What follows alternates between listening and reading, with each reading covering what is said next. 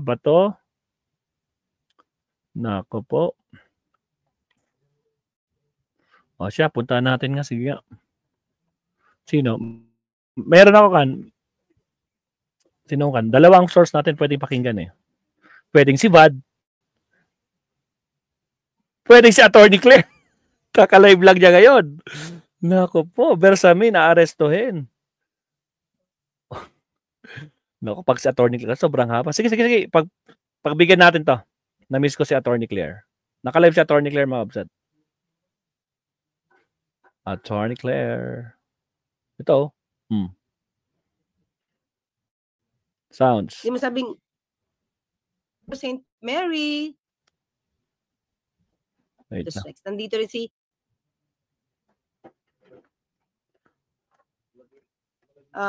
wait lang ha. Ayaw umandar. Yun.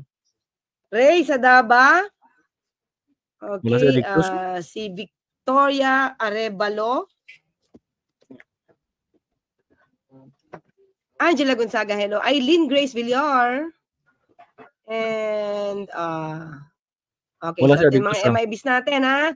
Addictus Rex, Shirikansaki, Maylene Marinanale, Poras, Lord Glenn, Master Pogi, Takumi, Venzir, Lemon, Rebeton 2.0, Red, Strategies, All Walks of Life, Equilibrium, Bias, MUG, Rudy Manuel.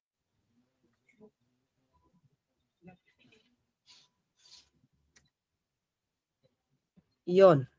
Yan. Nawala ba sa attorney?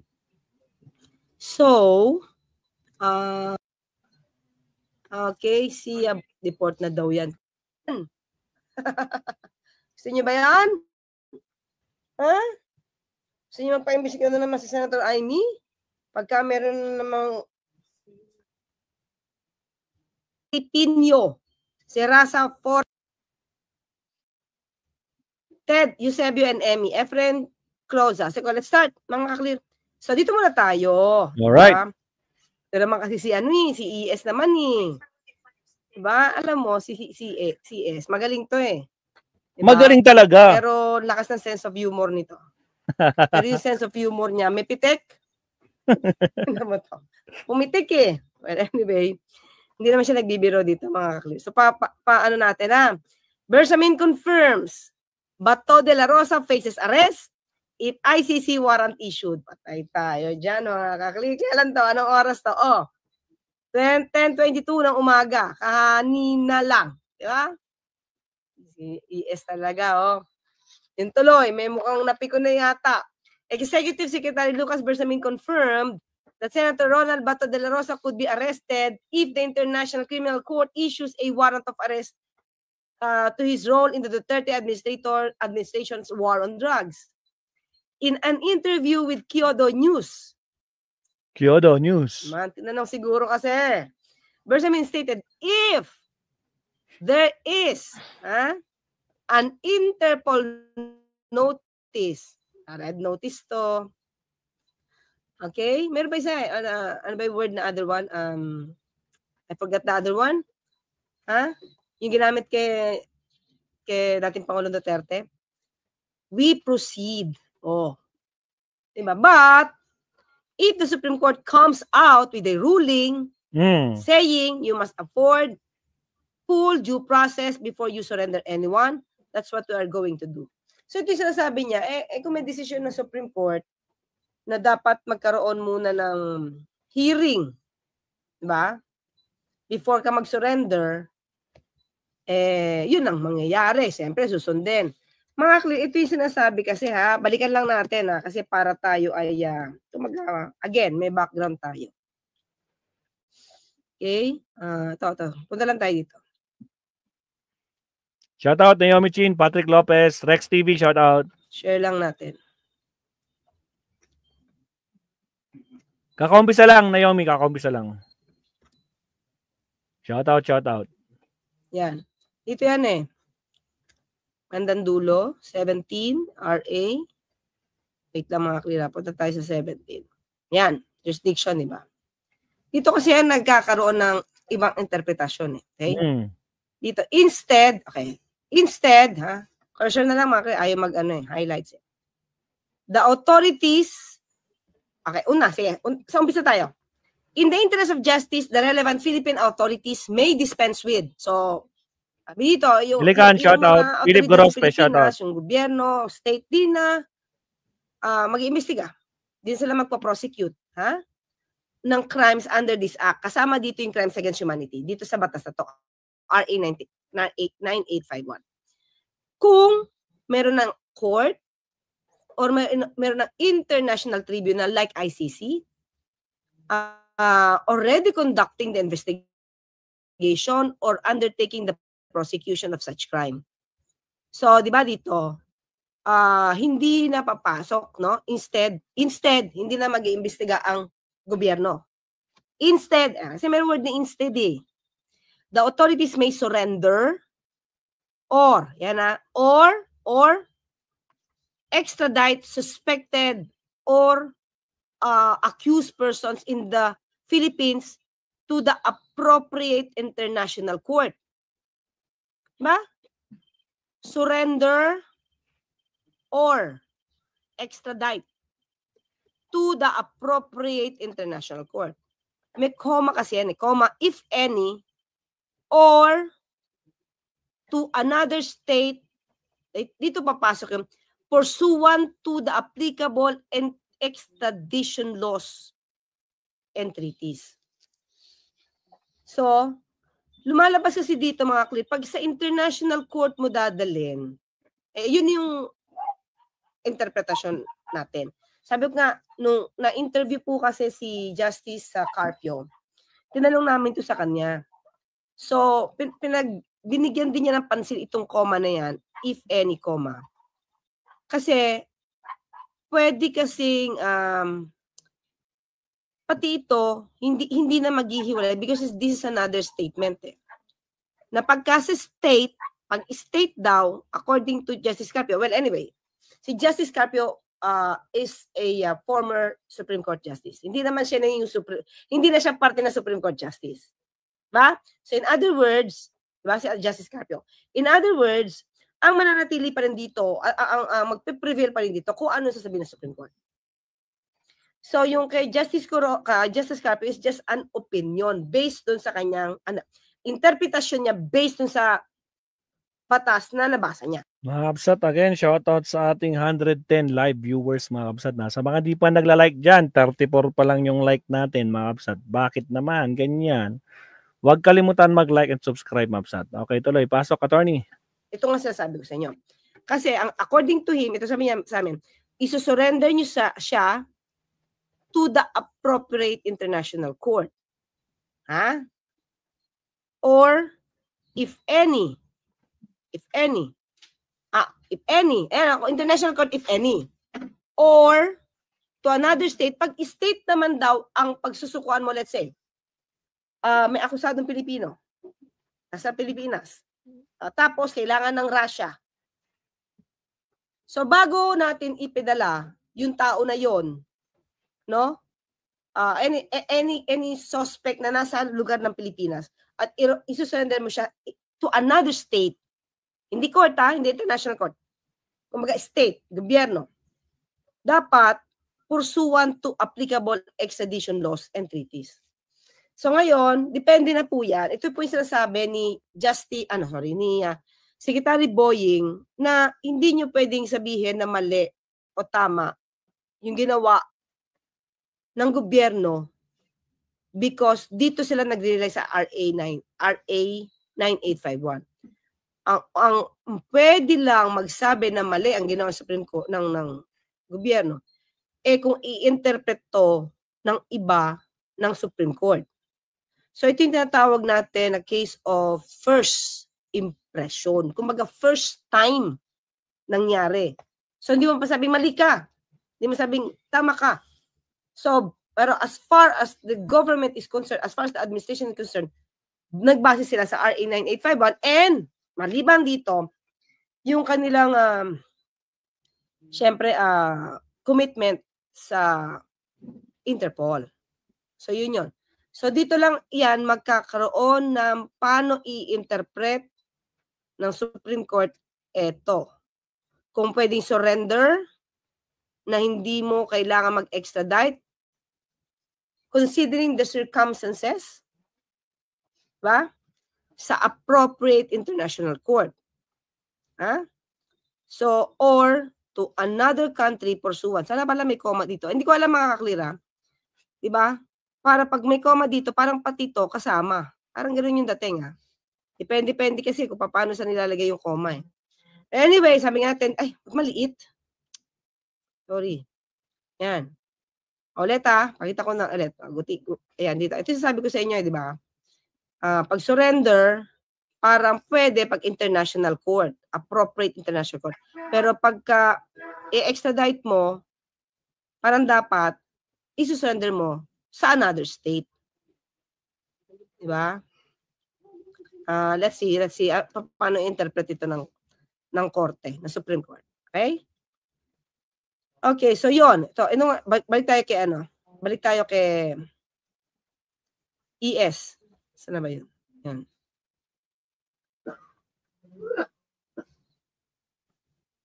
So, yan, di ba?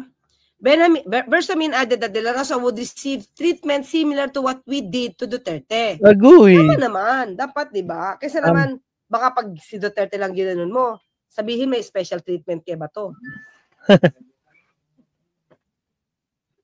Dapat lang. Di ba? So, dapat pare-pareho sila. Kung wala sa Supreme Court na mali yung ginawa, or kung may iba interpretasyon ng Supreme Court, so syempre susunod naman ang administrasyon ko ano sabihin ng Supreme Court. Diba? De La Rosa, who served as PNP chief during the height of the anti-drug campaign, has repeatedly denied wrongdoing. He previously said, if the warrant of arrest they have is issued by the local court, then they can arrest me. But if the warrant of arrest is, tandaan natin ito mga clear, but if the warrant of arrest is issued by the ICC, I won't let them arrest me. Maliwanag to ha, balikan natin yan mamaya. Balikan natin yan ha. So let's see kung ano sinabi ni Senator Bato. Go ahead! Warrant laban sa kanya ang ICC. Pabiro ding Senator Rosa. Ayon yan sa pasaring na pahayag ni Executive Secretary Lucas Bersamin na posible na raw arestuhin ng isang dating police chief nung panahon ng drug war. Para po sa detalye live mula sa Senado, nasa frontline ng balitang yan, si Mean Los Baños. Mean, meron na bang reaksyon mula dyan itong si Senator Bato de la Rosa? Ruth, gusto lang daw i-divert ang atensyon ng publiko. Yan ang tingin ni Senator Bato de la Rosa doon sa pagbuhay sa issue ng posibleng pagpapaaresto sa kanya. Anong ida-divert?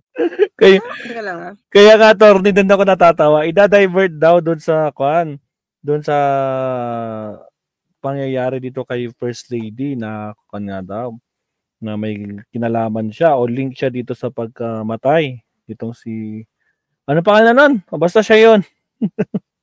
Anak, ang layo, no? Anak ng kamote. Kabadong Bato, mga kabsat. Dita natin ako din. Saan naka-divert? Dito, sa issue ng pagkawala ni Tantoko? Yes, tama. Yun. Kitang-kita ng fake eh. Kaya nga, peke, di ba? Nakaklira, tandaan natin ha. Una pa lang, Senator Bato, may puncture hole document na pinapalabas na to tunay na hanggang ngayon wala pa na ilabas na original. Ito yung kay police report pinatotohanan na ng Beverly Hills Police Department na yung inilabas ni Tiglao peke ay tampered, digitally altered. Bato, makinig ka. Dahil yung mga dinagdag na words, hindi daw yung usual na language. Hindi rin yung protocol. Pinipilit nyo pa talaga, no? Palabasin na maaaring tunay yung nilabas ni Tiglao. Peke. Diba? Sinabi lang hindi ganoon yung language na ginagamit nila.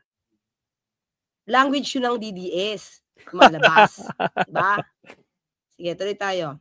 Iniisip ko lang, ano yung dito? Ano yung sabi niya, medyo, wait doon sa Ano yung dinadivert?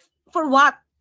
pagbuhay sa issue ng posibleng pagpapaaresto sa kanya ng international. Anong posible? Noon pa to, mga ka-clear, even before, laging si Attorney Conti, sinasabi niya na maaari na maglabas ng warrant of arrest. Kay Anytime. Senator Bato. Anytime.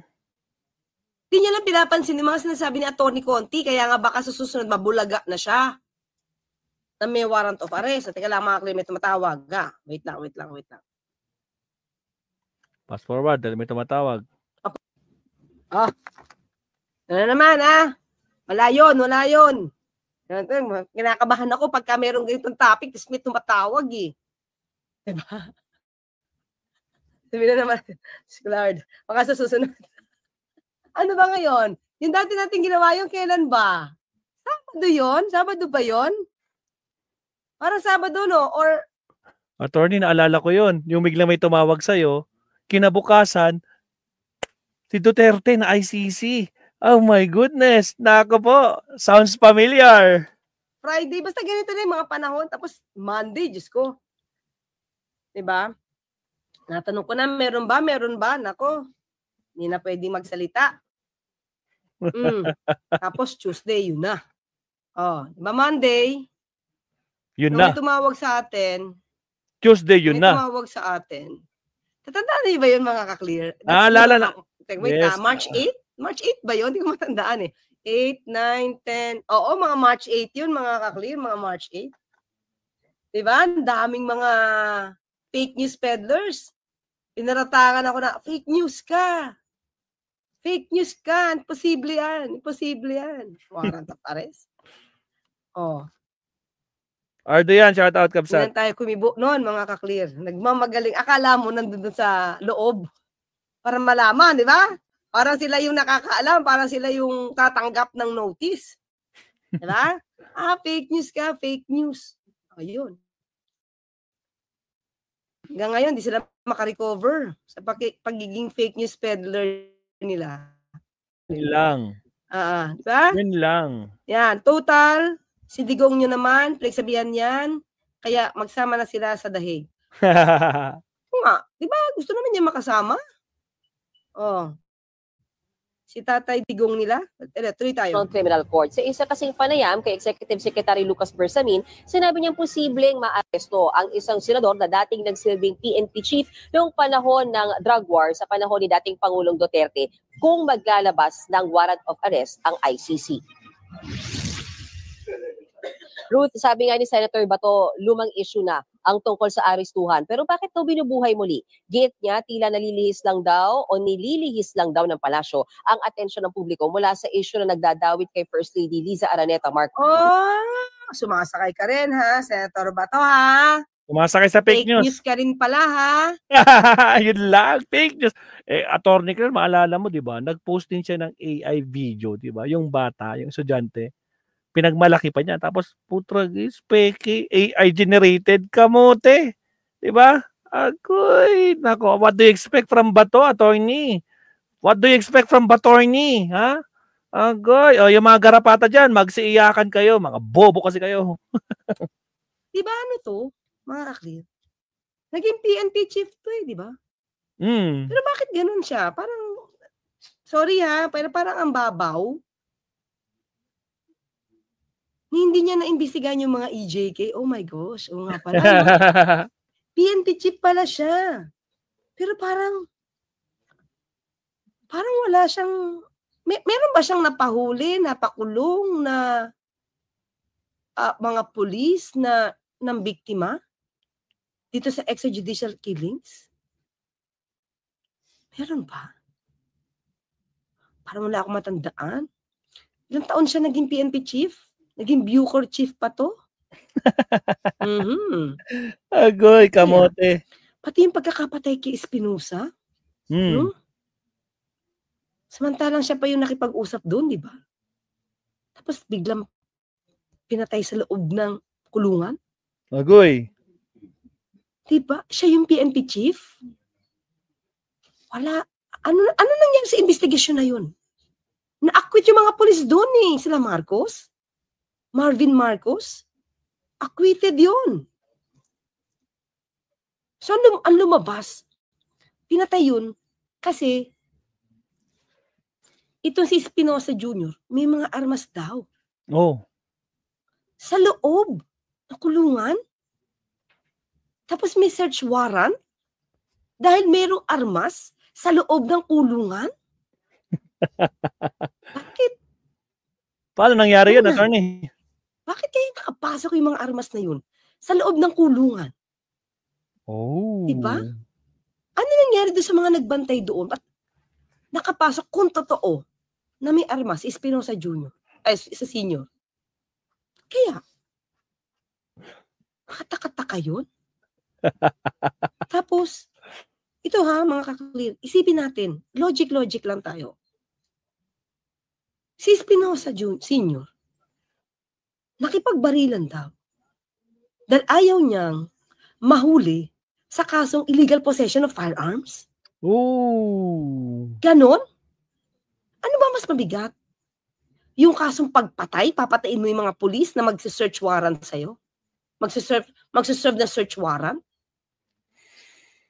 Mahuli ka man na may armas sa loob ng kulungan. Ano mas matindi? Pumatay ng mga opisyal? O mahuli kang may dala lang ng armas na nakapasok sa kulungan na hindi alam kung paano nakapasok? Diba? Sipin natin. Pero acquitted yun, ha? Lahat.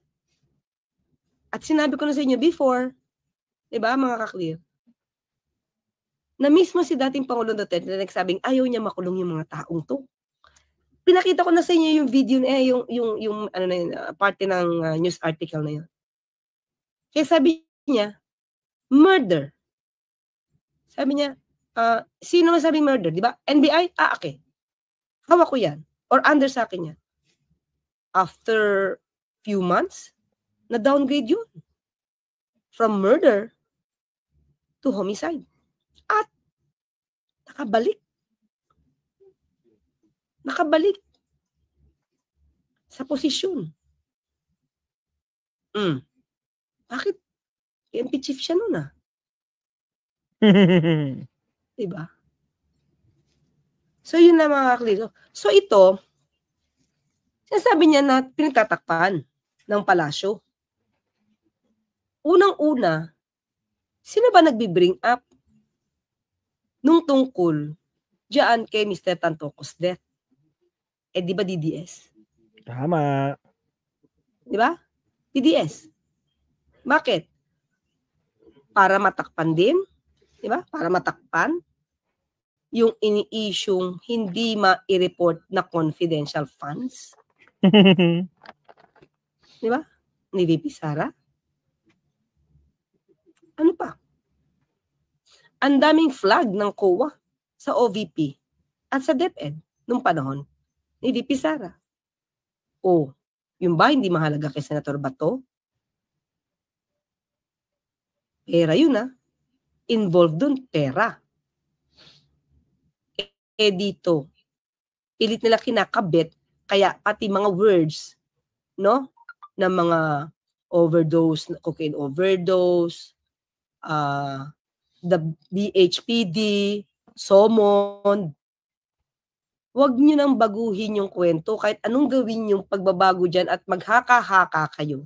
Yung nagsasabi na, pwede daw mag-exist yung 2 dokumento, yung nakuha ng ABS-CBN sa Net 25, at saka yung peking pinost ni Bobby Tiglao. Ni Dr. Bobby Tiglao. Bakit? Dinoktor. Dumoktor. Di ba? Paano mag-co-exist yun? Mismong Beverly Hills Police Department nagsabi na dagdag lang yung words na yon. Diba? Bakit nyo pa ipipilit yung kwento na yan? So, dito, sinasabi ni Senator Bato, para matakpan yung kay Tantoco na case. So, fake news peddler din ba si Senator Bato? Dahil nagre-rely dyan? May pulis ka dati. Dapat alam mo yung, ano yung dapat? May SOP. capacity ka to do it. Investigate. Galing-galing mo mag-investigate ng PIDEA leaks. Ito, hindi mo makuha kung totoo o hindi. Nakuha nga ng ABS-CBN sa kanang Net25 eh. Attorney, wala kasing butas ng puncher, kaya para sa kanya totoo 'yun. Wala kasing butas. Pagiging totoo lang 'yun, legit kapag may puncher. Ganun 'yun. Oh. Pati yung Philippine Consulate General natin. Sila mismo ang kumuha. Ito sasabihin nyo? Ang sasabihin pa daw ng mga DDS, ang fake, yung nakuha ng Philippine Consulate General, peke din yung nakuha ng Net25 at peke ang nakuha ng ABS-CBN. At yung naratibo nila daw, ang totoo, sige, kumuha kayo ng authenticity. Diba? Tuloy. Sa pagkamatay ng negosyanteng si Paulo Tantoco. Nang matanong naman si Bato kung totoo nga ba ang pinupukol na issue sa First Lady, sabi niya, hindi niya naman alam dahil hindi daw siya ang nag-iimbestiga dyan. Yun naman pala eh. Bakit mo sasabihin na diversionary tactic ito? Wala ka palang alam eh. Walang alam si Bato. Din? Walang alam si Bato. Bakit mo pinapalutang? Tragis sa Paul. Diba? Ba't mo pinapalutang? Kawawa naman si Bato. Bato-bato sa langit. Alam natin si Senator Bato, mga kaklit. Tawagin ko pa rin siyang senador. Respeto. Kahit tinawag niya akong yung babaeng yan. Nakakahiya kasi. PMA year at that. PMA year at that. Diba? Ako ang sasabihin mo na bastos, evil. Sabi nga natin, yung mga katabi mo nga namamatay tao. Yung katabi mo mga mamamatay tao. Yung katabi mo may mga kilalang assassin at nagbanta sa buhay ng Pangulo, First Lady, Speaker. Ano sila? Angel? Angels of God. Ano sila? Gentle? Angels of God. Diba? Hindi na yata alam ni Senator Bato ang definition ng bastos saka evil. Mukhang antonyms ang ginamit niya. Diba? O, diba? Encourage Bato to fight pag hinuli. Ang pinadadala natin ay si General Marcos, yung pumatay sa matandang Espinosa sa kulungan si Espinido. Ay, sorry, mali ba ako, Sen? Matandang Espinosa. Sa kulungan. Oh, tama. Si Espinosa nga. Sa kulungan si Espinido yung Colonel Espinido. Ayan. Diba?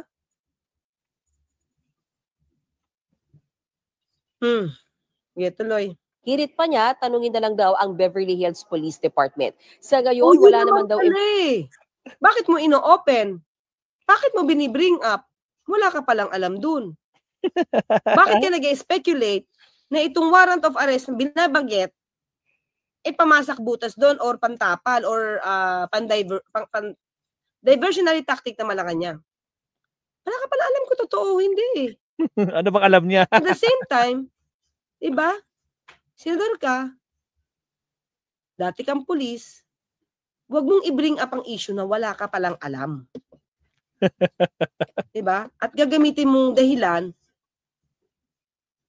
at sagot dito sa naging response ni E.S. Bersamin. Wala ka pala alam eh. So, anong kredibilidad ni Senator Bato para sabihin na ginagamit ito?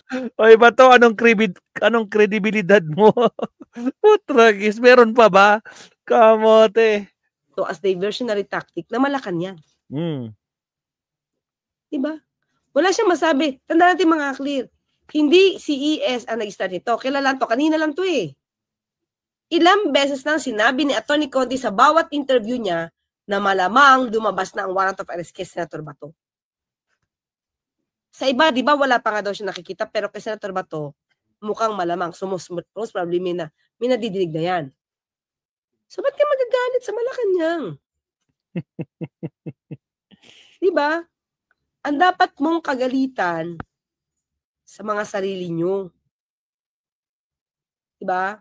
Dapat yung kagalitan, bakit nangyari yan sa inyo? Dahil wala naman yang magiging warrant of arrest kung wala namang biktima na nag-file ng case sa ICC. kung nakita na nila noon na hindi umaabuso sa kapangyarihan at ipinakukulong ang dapat makulong, si Marcos nga hindi pinakulong eh. Doon pa lang kita na eh. Diba? Utos yun ni dating Pangulong Duterte, ayaw niya makulong yung mga pumatay kay Espinosa. Diba? Sige, tuloy. Impormasyon si Senator Bato kung maglalabas nga ng warrant laban sa kanya ang ICC. Pabiro ding sinabi ng senador na kung nariyan na ang warrant, sa kanilang daw niya haharapin. Ika nga niya, tatawid na lang daw siya sa tulay pag nagawa na ito. Pakinggan natin, Ruth, ang ilang bahagi ng pahayag ni Senator Bato de la Rosa. Gawin nila. Gawin na anong gusto lang gawin. If they want to commit this mistake again, then go ahead. Bakit? Sino nagsabing mistake again? Ito yung nakikita kong purpose, mga kaklir, kung bakit gumawa ng resolution itong si Senator Amy para maipakita sa taong bayan. Siya na nag-judge, hindi siya Supreme Court. Tandaan natin, si Senator Amy nag-investigate para gumawa ng itong klaseng resolution, maipakita sa taong bayan na mali ang ginawa ng gobyerno. Pinangunahan niya ang Supreme Court. Ba? Kaya natin Supreme Court, kung sabihin ng Supreme Court mali, yun ang susundin. Pero walang karapatan si Senator Amy mag-judge kung mali o tama yung ginawa sa pag-surrender kay dating Pangulong Duterte. Because she's not a judge. At yung ginawa niya investigasyon dyan ay in aid of legislation. Diba? In aid of legislation. Kasi gagamitin ng Kaufman, pang in aid of legislation lang yan. Tapos sabihin niya, yan ang sentimiento ng tao. Yan yung sentimiento ni Senator Amy at ng iba mga pro-Duterte. Di ba? Kung maging propagandista din to si Kaufman. Di ba? Good evening po, Atty. Claire. Dapat po mapabilis ang pag-aresto sa mga ulupong na yan ng bayan dito sa atin pong bansang Pilipinas. Di ba? Tignan natin if they want to commit the same mistake, sino nagsabing mistake? Ikaw. Diba? Mistake ba yung may kaso sa ICC? Diba? May mga biktima, may mga nagsampa doon, may mga biktima, may mga kamag-anak na mga pinatay. Diba? Kayo, anong mistake nyo? Wala kayong mistake doon? Sa pagkamatay ng mga tao doon? Mga pinatay ng mga tao na biktima ng EJK? They can do that. Yung ginawa nila kay Pangulong Duterte ay napakalaki mistake yun. Ikaw, kasi sabit ka eh. They can do that. Yung ginawa na kay Pangulong Duterte ay napakalaki mistake yun. Ayaw mo nang mahilig ang mga tao dyan sa Malacanang. Ano mahilig, mga kakli? Ang Malacanang mahilig magbigay ng hustisya. Pansinin niyo, mga kakli. Ilan na yung mga dating nagtatago, diba? Nasasampahan ng kaso. Kibuloy. Hustisya hinahanap ng mga biktima. Diba? Although hindi ko sinasabi mga guilty na sila, mga kapatid. Pero may mga complainants kasi, that's a fact. May complainants. May nagsasabing biktima sila. At may lumalabas na mga ebidensya na dapat, na konsidera na para maging daan, masampahan ng kaso sa korte. Teves. Pa? Sino pa ba? Alice Goo, kahit pa paano nadala dito. Alice Goo. Diba? Sino pa ba? Missing sa Bongeros ngayon. Todo ang pag-iimbestiga. Diba? Marami na si Pangulong Marcos Jr.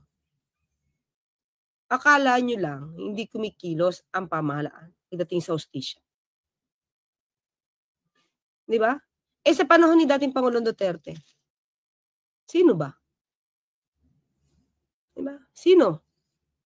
Yung mga niya, PNP chief niya, na involved di umano sa EJK. Nakulong ba? Garma. Yung pumatay kay Barayuga. Yung pumatay kay Mayor Halili. Di ba? Pumatay kay dikta ba yon? Yung mag-asawa? Na-solve mo, Senator Bato? Diyan naman mahilig ang mga tao dyan sa Malacanang. Anong hilig ng Malacanang? Yes, ang hilig ng Malacanang is magbigay ng hustisya. Kayo, nung panahon nyo.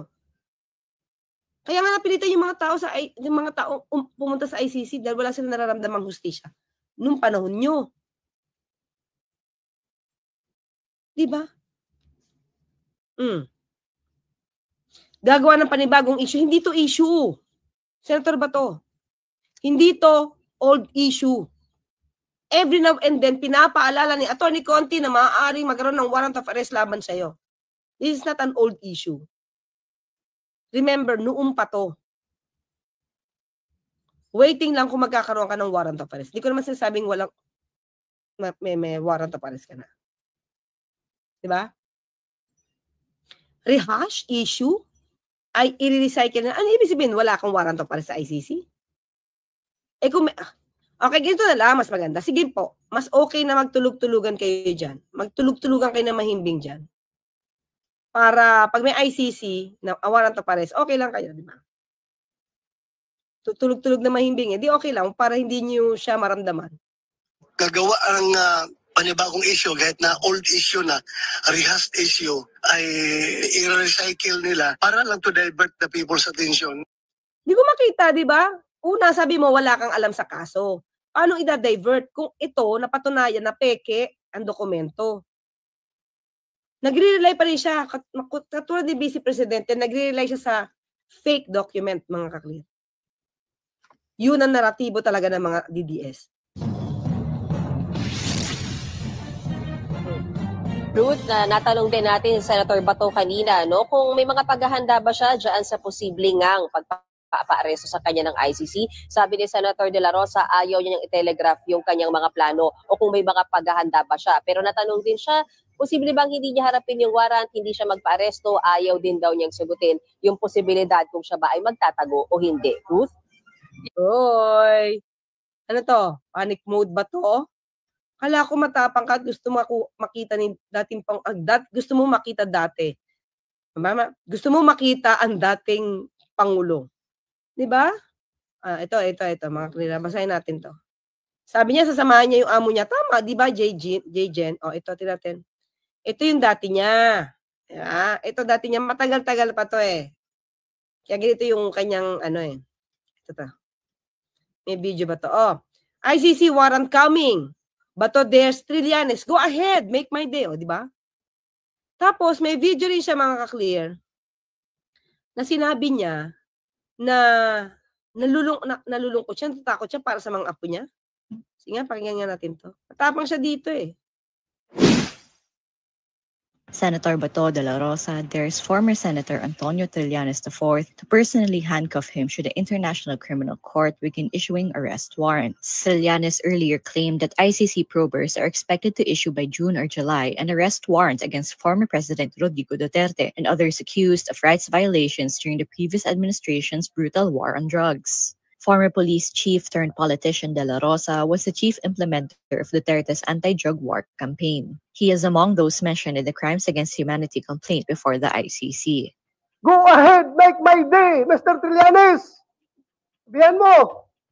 Sige ka lang, ngak dyan ng ICC. Sige! Go ahead! Kahit sumama ka pa, mag-serve ng warrant. Sumama ka, ikaw mismo magpusa sa akin.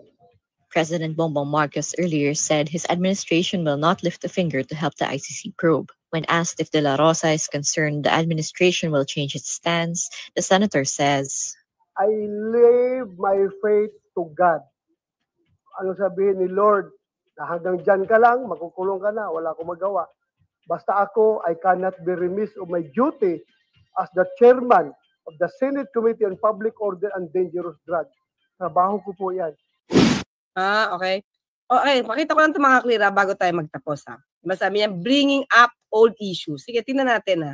Medyo late na ako doon sa isa nating sandali na lang to. Old issues daw, ha. Samantalang yung pinakita kong video sa inyo, 2024 lang yun, mga clear. So, every now and then, ito si Atty. Conti, laging sasabi si Senator Bato. So, hindi siya luma. Pero ito, biniring up niya, mga ka-clear, Remember this? Biniring up niya ito sa Senado. Anong taon? 2012. Diba? Wala pang original copy. At dahil daw may mga holes, puncture holes, paniwala niya, totoo. So, ganun ang isang PNP chief mag-analisa ng dokumento. Kaya pala siguro walang nakukulong na mga di umanong akusado sa mga EJK. Kasi ganun mag-isip si Senator Bato. Basta may puncture holes at wala ang dokumento, kahit screenshot lang yan, totoo na yan.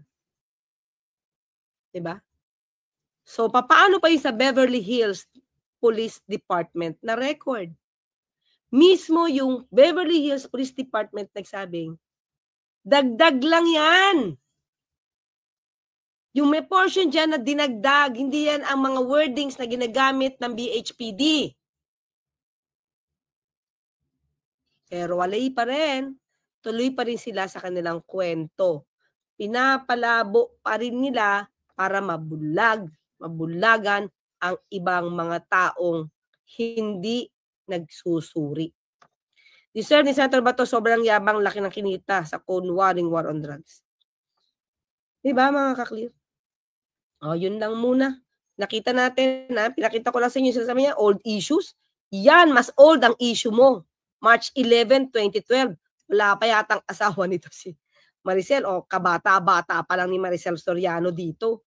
2012, 10 years, more than 10 years ago, dinala mo.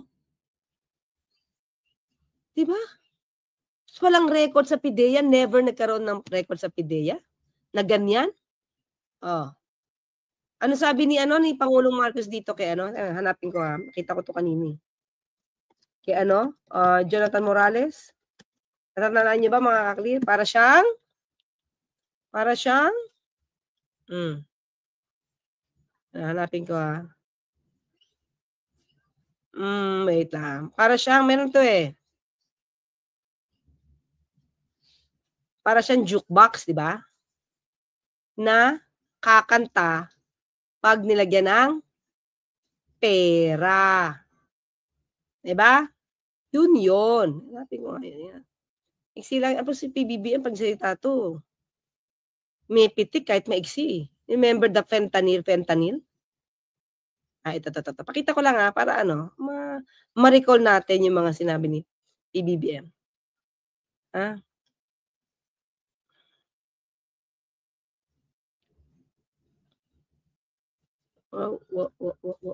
This fellow is a professional liar. At parang jukebox yan Kung ano ihulog mo na, basta maghulog ka ng pera, kahit anong kantang gusto mo, kakantay niya. Kaya walang saysay. Tingnan mo na lang ang kanyang record. Hindi na pinatulan pa ni Pangulong Ferdinand Marcos Jr. ang aligasyon ni dating Philippine Drug Enforcement Agency o PIDEA agent Jonathan Morales. Nasangkot umano siya at ang aktres na si Maricel Soriano sa iligal na droga. Ayon sa Pangulo, hindi niya bibigyan ng importansya ang taong walang kredibilidad. Kinwestiyon rin ni PBBM ang record ng dating PIDEA agent. Mahirap naman bigyan ng importansya yan You know, this fellow is a professional liar. At parang jukebox yan Kung ano ihulog mo na, basta maghulog ka ng pera, kahit anong kantang gusto mo, kakantay niya. Kaya walang saysay. Tingnan mo na lang ang kanyang record. Mga kaklear, nakita niyo na paano sumagot si PBBM. Parang namimiss ko na yung ganyang mga pag pumitik no? Pag pumitik. Hindi naman ako sa kanya nagmana, mas matinding pumitik si Pangulo, konti lang, pero warak ang kalaban. Remember the fentanyl? Isang pitik lang, fentanyl, Ay, nako mga kaklear. Thank you, Raymond Jeremiah. Thank you po sa sticker, Rudy Ilas. Thank you din po, Nelson Cupino, JD, Zenab, and